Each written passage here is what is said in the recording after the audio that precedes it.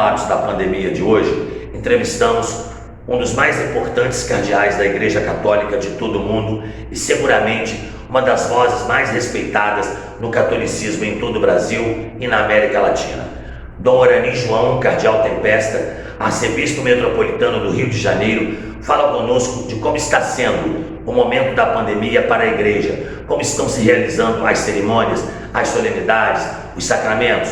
O cardeal também nos fala com palavras de esperança do futuro da humanidade. Fala também que o momento da pandemia serviu para que os seres humanos possam entender o quanto são frágeis, o quanto precisam uns dos outros, o quanto precisam de Deus.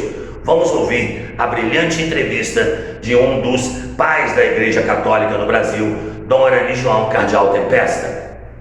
Bom, com enorme satisfação estar conosco diretamente da sede da Arquidiocese do Rio de Janeiro, Sua Eminência, o cardeal Dom Orani João Tempesta, arcebispo da Arquidiocese de São Sebastião, do Rio de Janeiro, e uma das principais, se não a principal, voz da Igreja Católica do Brasil atualmente. Nós o convidamos para falar conosco para a TV Além Paraíba. Primeiramente, a sua bênção, cardeal, e eu gostaria de iniciar perguntando ao senhor como é que o senhor viu, como o senhor está vendo essa pandemia e o que o senhor acha que será da Igreja Católica no Brasil nesse pós-pandemia? Muito bem, Dauro, uma alegria cumprimentá-lo, a você e a todos que estão nos vendo e ouvindo agora. Nosso abraço e votos de muita paz. Amém. É uma alegria poder partilhar algumas reflexões no mundo e num momento tão difícil como nós vivemos. É claro que a nossa geração é única nesse último século que passa por uma pandemia. Se recorda, nós tivemos um fato semelhante a esse há 100 anos, quando da gripe espanhola. Portanto, são momentos em que toda a humanidade, todos nós, vamos passando e aprendendo. Ninguém nasceu sabendo como conviver com esse momento tão difícil. Eu creio que nós estamos aprendendo muita coisa. Tanto não só os que são igreja, mas também os que não têm fé, que nós somos muito frágeis. Por qualquer coisa nós podemos terminar a vida, algo que nós nem enxergamos, que pode nos levar realmente a uma morte ou então a uma doença e com suas consequências. Nós estamos a ver então o ser humano na sua fragilidade. Por isso mesmo aprendemos a saber a conviver melhor um com o outro, a saber que nós somos dependentes um do outro. Por isso mesmo, toda a proteção, precaução que se tem, não é só para que eu possa viver melhor, mas também que eu não cause nenhum mal aos outros também. Eu creio que a igreja acaba aprendendo muita coisa também. Nós vemos que da noite para o dia nós tivemos que aprender a conviver com celebrações sem o povo na igreja, no templo. Isso foi um aprendizado forçado e repentino, de tal maneira que tem padres que nunca tinham celebrado missa sem povo à sua frente. Então tiveram que aprender a celebrar diante de um celular, diante de uma câmera, mas sabendo que atrás da câmera, atrás do celular, tinha o seu povo que estava participando, estava vendo.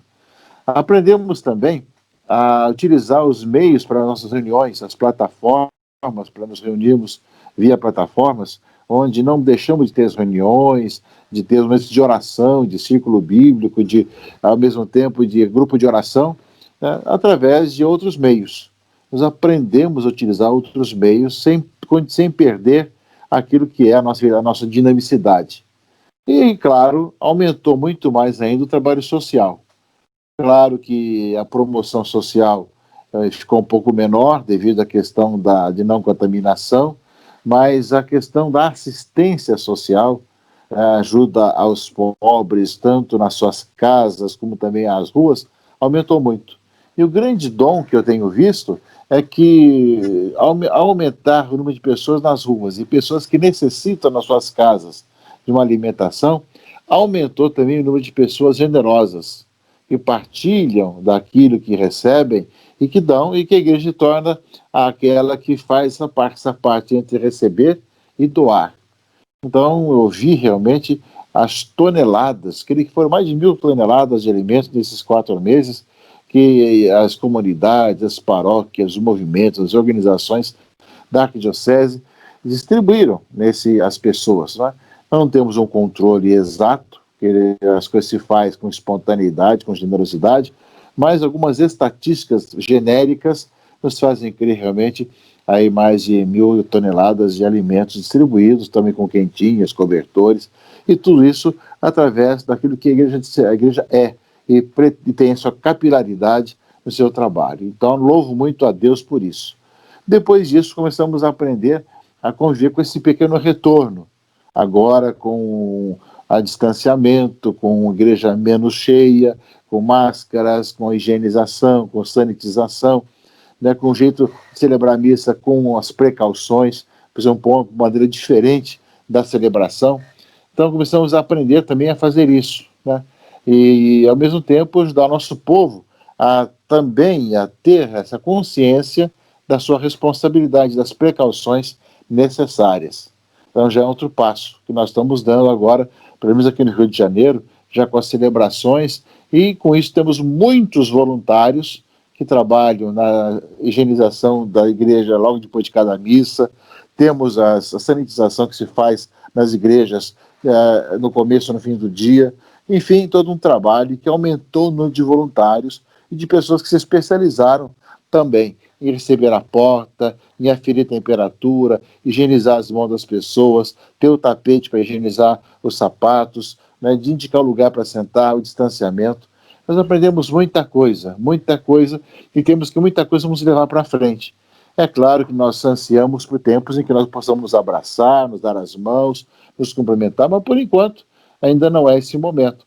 Mas vamos levar para o futuro muitas experiências desse momento, da nossa fragilidade, da nossa interdependência uns dos outros, mas também da generosidade das pessoas em partilhar e, ao mesmo tempo, saber utilizar os vários meios de comunicação para reuniões, para encontros e tudo mais, que eles facilitam, embora seja importante o encontro presencial, podemos muitas vezes também utilizar os encontros também virtuais, como tem acontecido tanto ultimamente. Eu creio que a gente tem muito que ainda continuar a nossa vida e esse aprendizado vai permanecer, pelo menos para a nossa geração. Cardeal, eu acompanhei o senhor recentemente a uma missa no Santuário Basílica da Penha e a gente pôde observar todos esses pontos que o senhor nos fala agora. A questão do voluntariado, das pessoas acompanhando desde a entrada dos fiéis, o distanciamento de cadeiras, tudo isso. Os cientistas acreditam que somente após a vacina nós teremos aí uma tranquilidade para que as coisas retornem ao que se chama de novo normal. A Arquidiocese do Rio de Janeiro e algumas arquidioceses dioceses do Brasil estão já retomando, abrindo com essas precauções. O senhor observa que as pessoas desse momento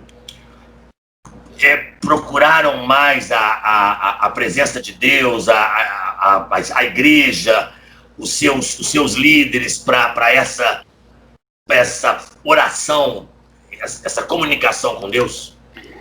Há um desejo maior de viver uma vida de oração, mas as pessoas estão com medo ainda de sair de casa e ir para o templo e para outros lugares também.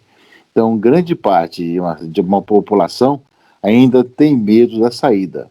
Então, a busca de Deus existe, mas isso não significa que tenham saído de casa para as missas. Existem, claro, as missas têm 30% apenas da lotação de cada templo, tem tido essa lotação em várias igrejas, mas evidentemente que 30% ainda é 30% de quantos poderiam ir à igreja. Aumentou o número de missas, aumentou também o número de missas também, 1, 2 missas a mais na paróquia, para facilitar o fato de não poder ir mais que 30% nas igrejas. Mas ainda tem muita gente que ainda está em casa, está rezando através das celebrações online, está recebendo comunhão em casa, porque ainda tem medo de sair e se contaminar, né? Então vemos que há toda uma ansiedade e um certo pânico ainda em relação a isso.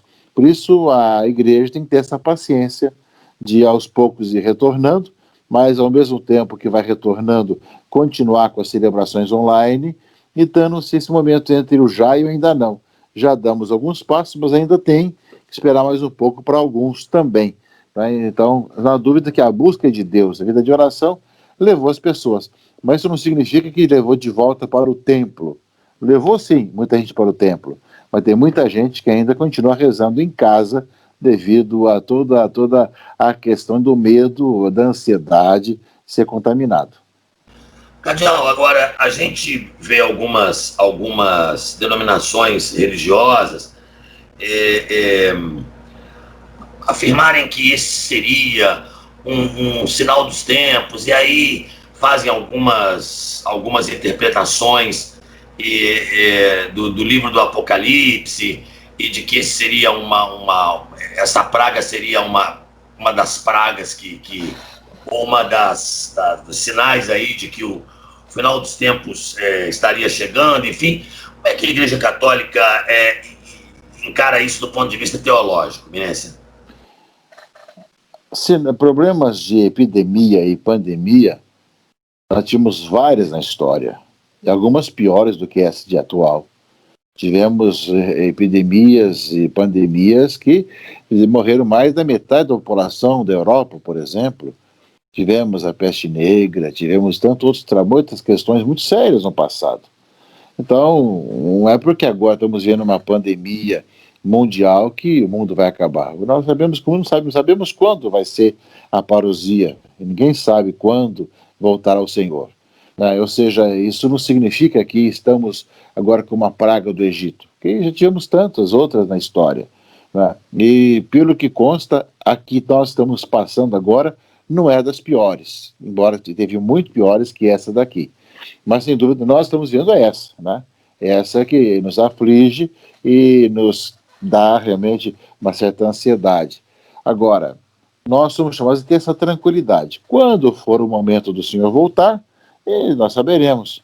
O importante é que agora é que nós aprendamos com as lições. É aquilo que eu dizia, aprender a humildade, a nossa fragilidade, como dependemos um do outro, de como nós somos de Deus, como é bom retornar à família. Ou seja, esses são os sinais que temos que aprender. Os sinais de poder retornar à nossa vida cristã, aos valores cristãos, humanos e valores também da vida de família. E esses são os sinais que nós somos chamados a enxergar. Mas esse outro aspecto todo que colocam hoje, que colocam apavoramento, que está voltando o Senhor, ele pode voltar hoje, sem dúvida, mas não é nesse aspecto de que, por causa dessa pandemia, que seja apenas se é um sinal para nós chamado a conversão. Mas tivemos muitos outros sinais e muitos outros momentos da história que também sofreram e muito com relação às pandemias ou epidemias do passado. Cardeal, o senhor é uma dos expoentes aí da Igreja Católica no Brasil, por que não dizer na América Latina, e a gente tem observado que a Arquidiocese do Rio de Janeiro tem um sistema de comunicação, tem a Rádio Catedral, tem a Web TV Redentor, o senhor está sempre na Rede Vida, presidiu o Embrac, que é a instituição mantenedora. O senhor acha que após esta pandemia, ou com a vinda dela, a igreja como um todo vai aprender mais ou aproveitar mais essas plataformas digitais? Eu estou agora aqui nos estúdios da Rádio Catedral, que tem um programa ao vivo aqui, que eu agora estou falando com você aí, não é? E claro que a questão da comunicação sempre fez parte da igreja, sempre.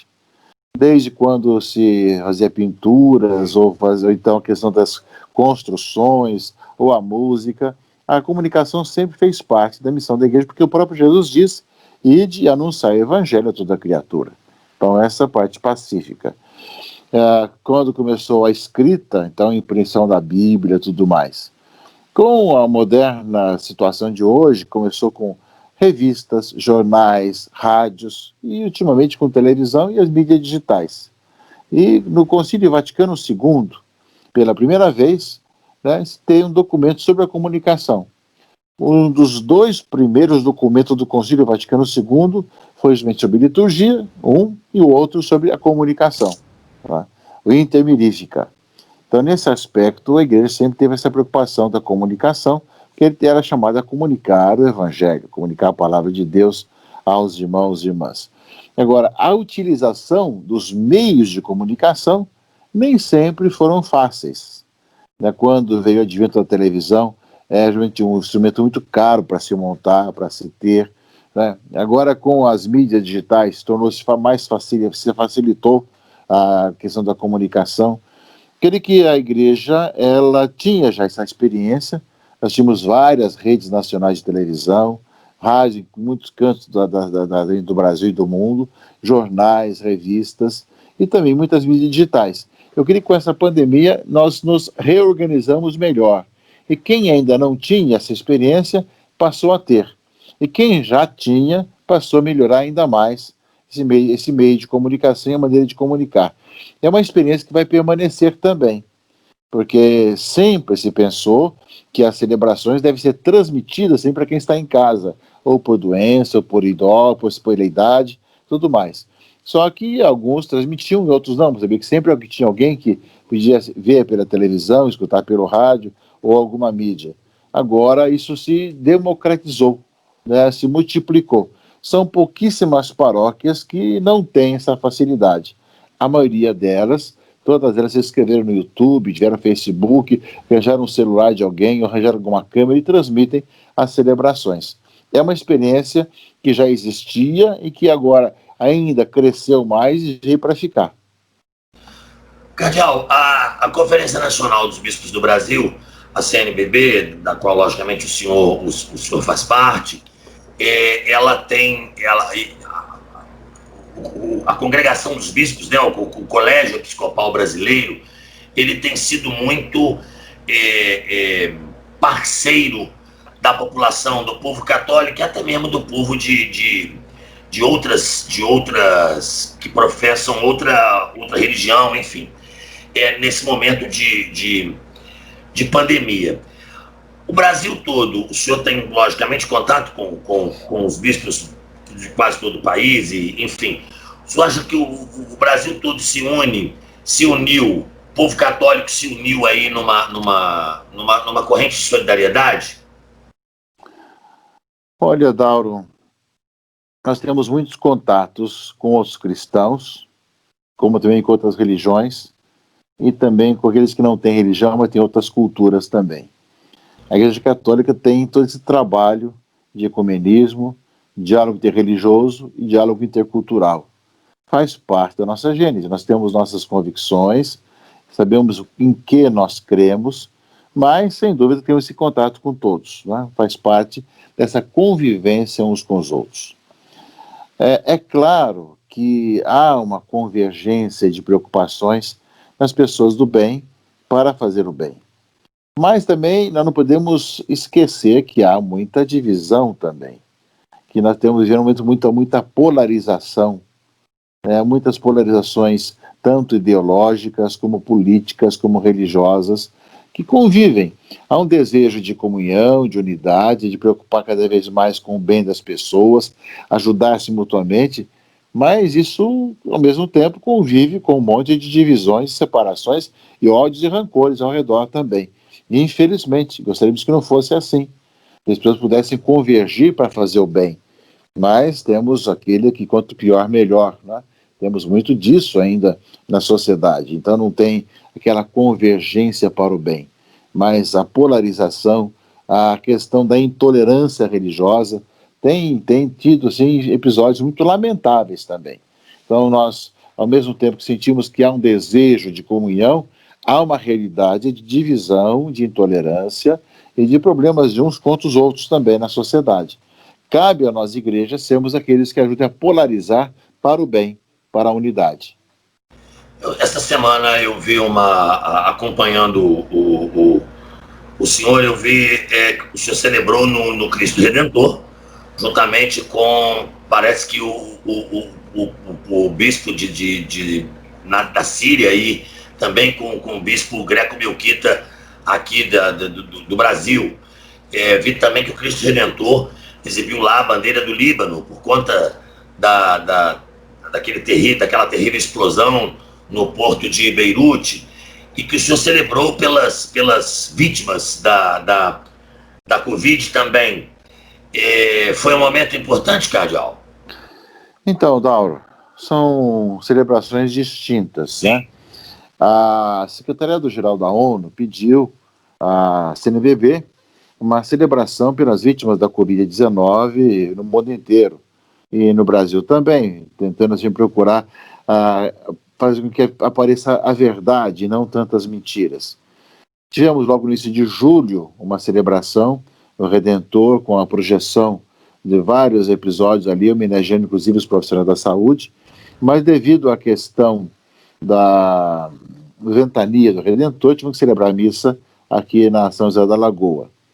No domingo, né, domingo dos Pais, nós tivemos 2 missas no Redentor, né, uma às 6h25 da manhã, outra às 11 horas da manhã, em rede nacional, justamente pelas vítimas da Covid-19 e para que nós tenhamos esperança no futuro, e com um vídeo, com um texto do cardeal Tolentino, cardeal português que mora em Roma, né, sobre a questão dos vários vírus que atingem a humanidade, não só da saúde, mas também do egoísmo, da centralidade em si mesmo, tantas coisas assim. Então tivemos essa possibilidade de rezar nessa intenção de todos os familiares que sofrem nesse momento pela perda de seus entes queridos. Pouco antes dessa semana que nós celebramos essa missa do Dia dos Pais, na semana do Dia dos Pais, nós tivemos, 2 dias depois que houve aquela explosão em Beirute, no Líbano, tivemos a projeção da bandeira do Líbano no corpo do Cristo Redentor e a presença lá no alto do Corcovado do bispo ortodoxo e do bispo católico Melquita, né, que estiveram lá representando o povo oriental, os libaneses, junto com o cônsul, né, geral do Líbano, né, que pediu que nós assim iluminássemos o Cristo, quando também era luta oficial no Rio de Janeiro, por esse momento tão difícil do Líbano, e tivemos lá também essa homenagem, essa vida de oração. Aliás, o Cristo sempre tem esse aspecto, dias nacionais de países, questões sociais, questões de campanhas de esclarecimento, sempre se presta para poder ser um sinal que chame as pessoas a isso, né? Então, com relação a isso, justamente é um trabalho que se faz. E nós tivemos, sim, né, não foi missa, não foi uma celebração, foi uma projeção na bandeira do Líbano, e ali apenas a presença de 2 bispos orientais, um latino e outro ortodoxo, juntamente com o cônsul do Líbano, né, que ali estavam juntamente com o nosso pessoal também rezando pelo Líbano. Eminência, para encerrar, o senhor foi arcebispo de Belém do Pará, queridíssimo, né? Permaneceu lá durante muitos anos. Como é que seria? O que o senhor tem, logicamente, contato com o arcebispo que o sucedeu?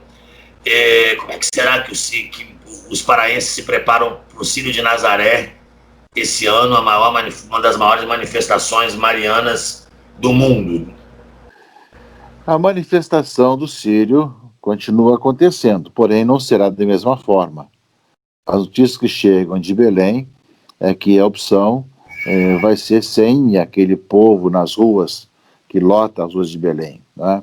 Que faz com que o Círio tenha todo esse calor humano. Esse ano teremos as celebrações das missas, e tudo pelo que consta, o arcebispo irá passar com a imagem de Nossa Senhora de Nazaré pelas ruas, mas sem a presença do povo, né? Porque ainda, né, em outubro não teremos a imunização desejada.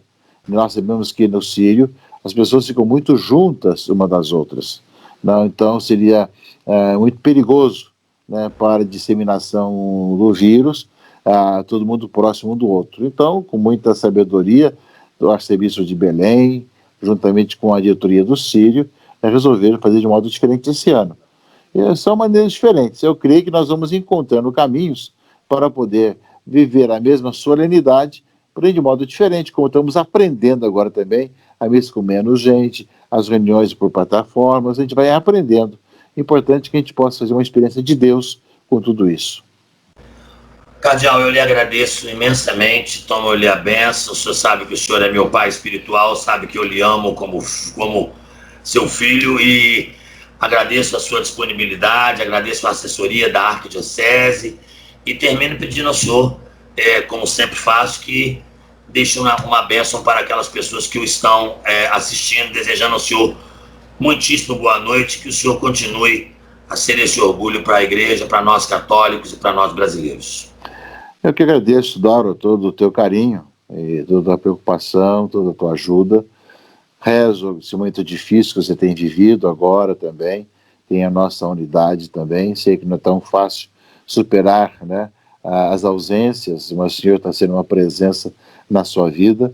Desejo sucesso no trabalho de jornalista, né, nas entrevistas, tanto pelo rádio como pela televisão, e ao mesmo tempo que esse tempo de pandemia nos ensine ainda muito mais a convivermos uns com os outros de maneira diferente, mas sempre com o mesmo carinho e o mesmo amor de quem quer construir um mundo melhor, mais justo, mais humano, mais fraterno, que nós não nos conformemos com tantas injustiças e tantas mazelas, com as pessoas passando fome, necessidade, mas que nós lutemos para um mundo melhor.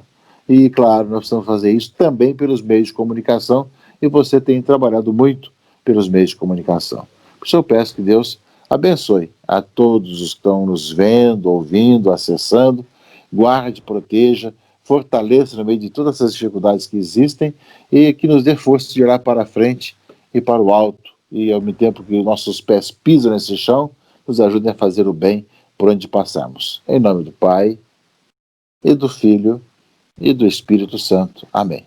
Muito obrigado, Cardeal. Boa noite para o senhor. Deus abençoe, Deus guarde Amém. a todos vocês. Obrigado.